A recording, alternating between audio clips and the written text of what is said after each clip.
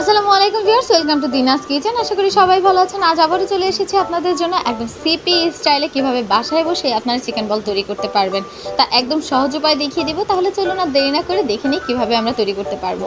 Chicken বল তৈরির জন্য প্রথমে আমি নিয়ে নিয়েছি হাফ কাপ পরিমাণ মুরগির মাংস পেস্ট করা এবং একটি পাউরুটিকে গুঁড়ো করে, সাথে নিয়ে নিয়েছি 1 টেবিল চামচ পরিমাণ কাঁচামরিচ কুচি, 1 টেবিল চামচ পরিমাণ ধনিয়া পাতা কুচি,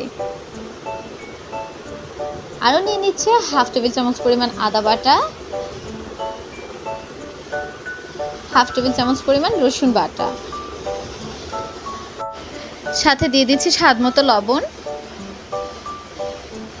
আরও দিয়ে দিচ্ছি হাফ টেবিল চামচ পরিমাণ গোলমরিচ, আরও দিয়ে দিলাম 1 টেবিল চামচ পরিমাণ সয়া সস,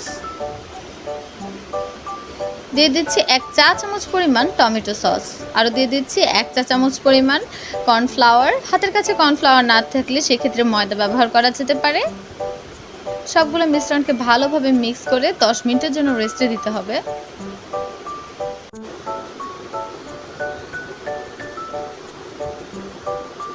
চিকেনগুলোকে ভালোভাবে মিক্স করা হয়ে গিয়েছে, 10 মিনিটের জন্য রেস্টে দিলাম। রেস্ট করাও শেষ, দেখতেই পাচ্ছেন। এখন চিকেনগুলো একদম সফটনেসটা চলে এসেছে, খুব ইজিলি গোল গোল করা যাচ্ছে। তাই হাতে একটু সয়াবিন তেল মেখে আমি সবগুলো চিকেনকে বল বল করে নিব।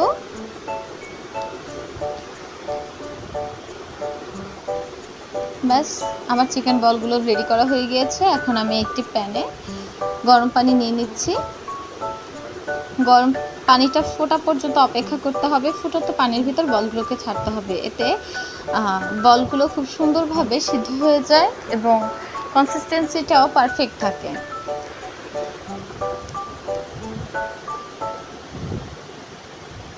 দেখতেই পাচ্ছেন আমি সবগুলো বলকে ছেড়ে দিয়েছি।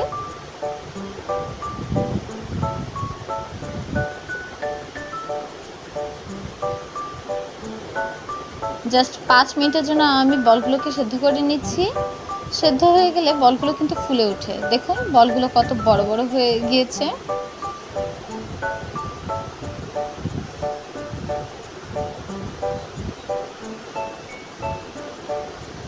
এই যে দেখতেই পাচ্ছেন আমার বলগুলো একদম রেডি।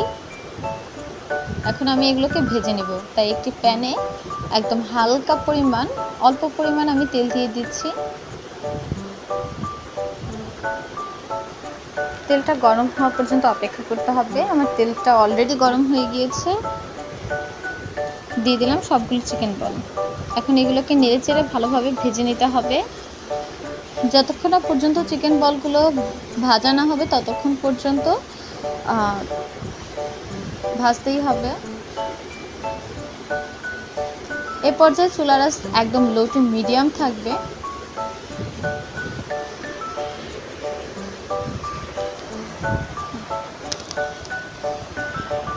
দেখতেই পাচ্ছেন আমার চিকেন বলগুলো অলরেডি ভাজা হয়ে গিয়েছে, কালার চেঞ্জ হয়ে গিয়েছে।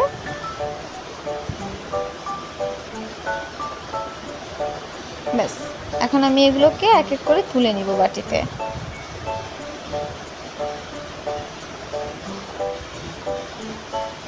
আমার চিকেন বলগুলো একদম কালার চেঞ্জ হয়ে, দেখতেই পাচ্ছেন সবগুলো ব্রাউনিশ ব্রাউনিশ হয়ে গিয়েছে। এর চাইতে বেশি কালার করা যাবে না, তাই আমি তুলে নিচ্ছি।